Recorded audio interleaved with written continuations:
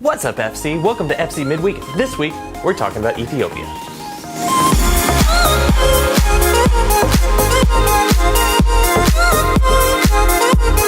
Hey, what's up, everybody? Welcome to FC Midweek, your chance to dig deeper. This week, we're talking to Kevin and Kellye Jones about our Ethiopian missions trips, some of the work they've done there. We apologize for some of the audio on this recording. There were some crazy things happening, but we are proud to present to you some really cool people talking about some really important things. Hey, welcome to FC Midweek. It's Justin Graves here from Foundation Church, the lead pastor, and I have some of my great friends, Kevin and Kellye Jones, joining me today. And they're joining me today not just to sit here and be pretty, but to actually talk about a ministry that they are heavily involved in. Something that Foundation Church supports on a monthly basis. We've taken mission trips. We're planning on mission trips. We'll get to that in just a little bit. But I wanted you guys here to talk about, just the heart, the vision behind your ministry that you guys are involved in called I Am Not Forgotten. And so both of you can jump into some of the questions I've got. But I would just, let's start on just how did I Am Not Forgotten even come about? Where did it kind of get birthed from? And what's your guys' heart behind it? Kelly's brother and sister-in-law adopted two kids from Ethiopia about 5 years ago. While they were there, just randomly at the airport coming off, they came into a group of kids they call the Shoeshine Boys. The Shoeshine Boys are a group of kids that come from all the war-torn countries that surround Ethiopia, Somalia, Congo, the different various countries. What they basically do is the parents take the stronger of their 2 or 3 kids, keep them at home. The weaker ones go to Ethiopia, and they're called Shoeshine Boys. They live typically in a 4 by 8 foot home, no roof, dirt floors, and they shine shoes for a living. They take half of what they earn, send it back home on a monthly basis, and keep half. Typical income basis, about 10 cents a day. Yeah. And that's what they live on per day. It's beyond sad. And that, when Jody and them saw that, they said, we've got to try to do something. And therein birthed this I Am Not Forgotten. Yeah.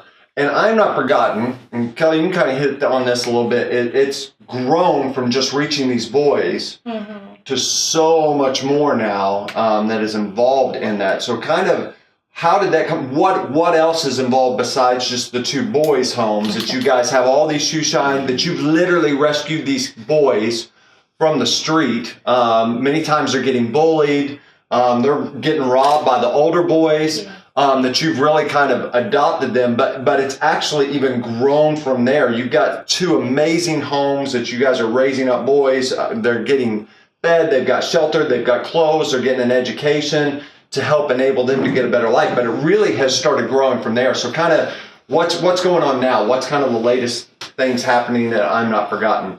So when we started up the 2 boys' homes, we just began praying, God just laid it on our heart that these 24 boys would become fishers of men in their country. And so now we're able to take those boys when we go on trips and they go with us. The Ethiopian government has requested and come to our program manager. And now we have 85 sponsored children that they've asked us to help sponsor with $25 a month. And these children are they're the lowest of the low, the HIV, blind, lame, mute, everything that Jesus did in biblical times. These are the children that we sponsor. And so we have the 85 sponsored children, and then the government came back to us and asked us to do 35 lunch buddy. We have a lunch buddy program. Oh, that's fantastic. Ethiopia. I didn't know that's what you called it. That's what we awesome. call them. Lunch buddies Ethiopian style. Lunch buddies Ethiopian style. And I love visiting the lunch buddies when we go in there, because you go into this school setting and you're like a rock star. They just come up to you and they hug you, they love you. And so the 35 children, every part that we're invested in, the people have to go to the Ministry of Children and Women's Affairs and register. So they're all registered, but these children are below poverty level. Their parents can feed them maybe one meal a day. And that's how they qualified. So when school goes on, we give them a hot lunch, 35 children, a hot meal every school day. And so that's their meal that they get for that day. And then also now we have a feeding center set up, which you visited. Yes, I've been too. And, we have green gates, and those boys come in. Again, they're registered with the Ministry of Women and Children's Affairs, and they come in, and for an hour out of their day, they step through the wardrobe, kind of like the Lion, the Witch, and the Wardrobe, and they just come in and they sit, and we serve them a hot meal 6 days a week at lunch. Wow. So there's so much. Yeah. And how many families are you guys sponsoring where you guys actually provide like a meal supplements, bring food, or sponsoring families? Because I know one thing that we did that was awesome when we were on the trip is that there are several families, you guys, and several families, I'm talking like probably, 100 families? How many families you guys sponsoring now? Those 85 Okay. sponsor. Yeah. It's not the kids, because when you sponsor the kid, you're sponsoring their entire family too. Yeah. And one of the neat things about this is some of these kids over there that are HIV positive, the HIV medication is free. Only they have to meet certain nutritional needs. Mm-hmm. None of these kids meet this certain nutritional need.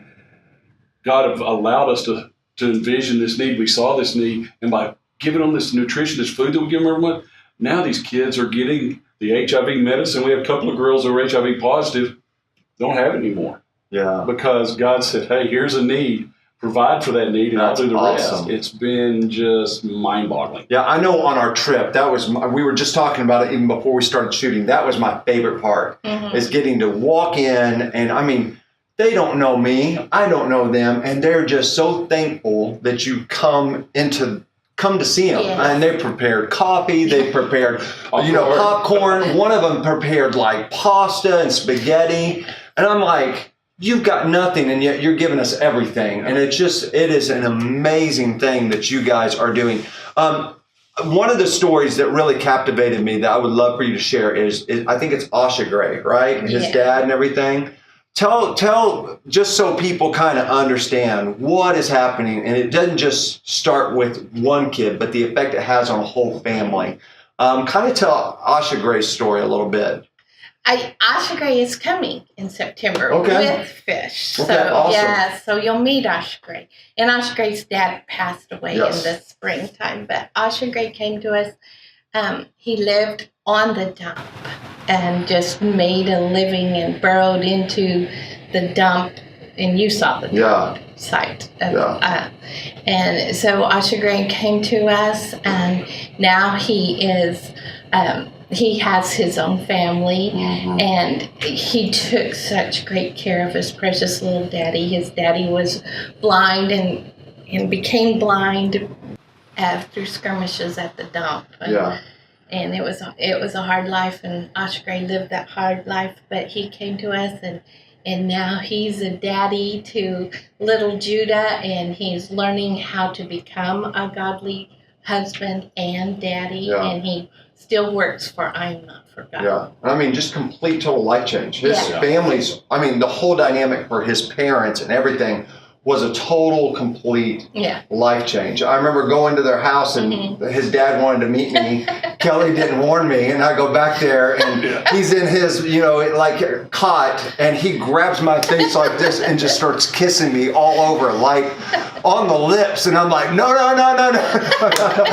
takes you to get used to over there, for sure. Yeah, but I mean, they're just so full of love. Yeah. Well, let me ask you guys this, because I'm Not Forgotten isn't just some place for the Foundation Church can get involved in, but people, individual homes can get involved in. I know my youngest daughter, Chloe, she sponsors a little girl named Blaine. I just got this picture. And she sponsors herself every month. She spends her allowance money, the money that she gets, just to sponsor this child so that she can have a better life. How are some easy ways for people to get involved and how they can help spread the gospel and really make a difference through I Am Not Forgotten? Well, we do have our Facebook page, I Am Not Forgotten and Facebook, and you can just like us, and we tell several stories with that, and we have a donate now button. And so everything's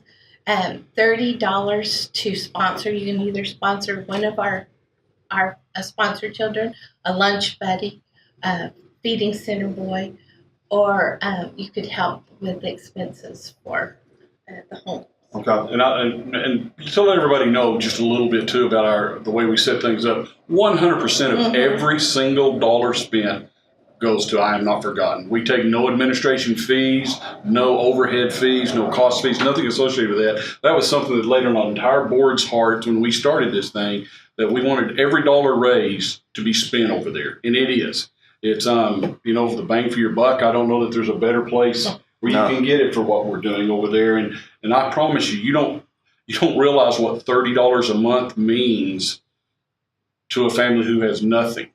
And I'm talking about on a good day, one meal would be a great day for them. Average week, I would think 3 to 5 meals would be a big time deal, big time. And that $30 pays for everything. It goes a long way. That's a latte. That's less than a latte a day at Starbucks. If you're getting a latte a day, man, if you just stop taking that latte, it will change an entire family's life just by you getting involved. Well, let me wrap up here.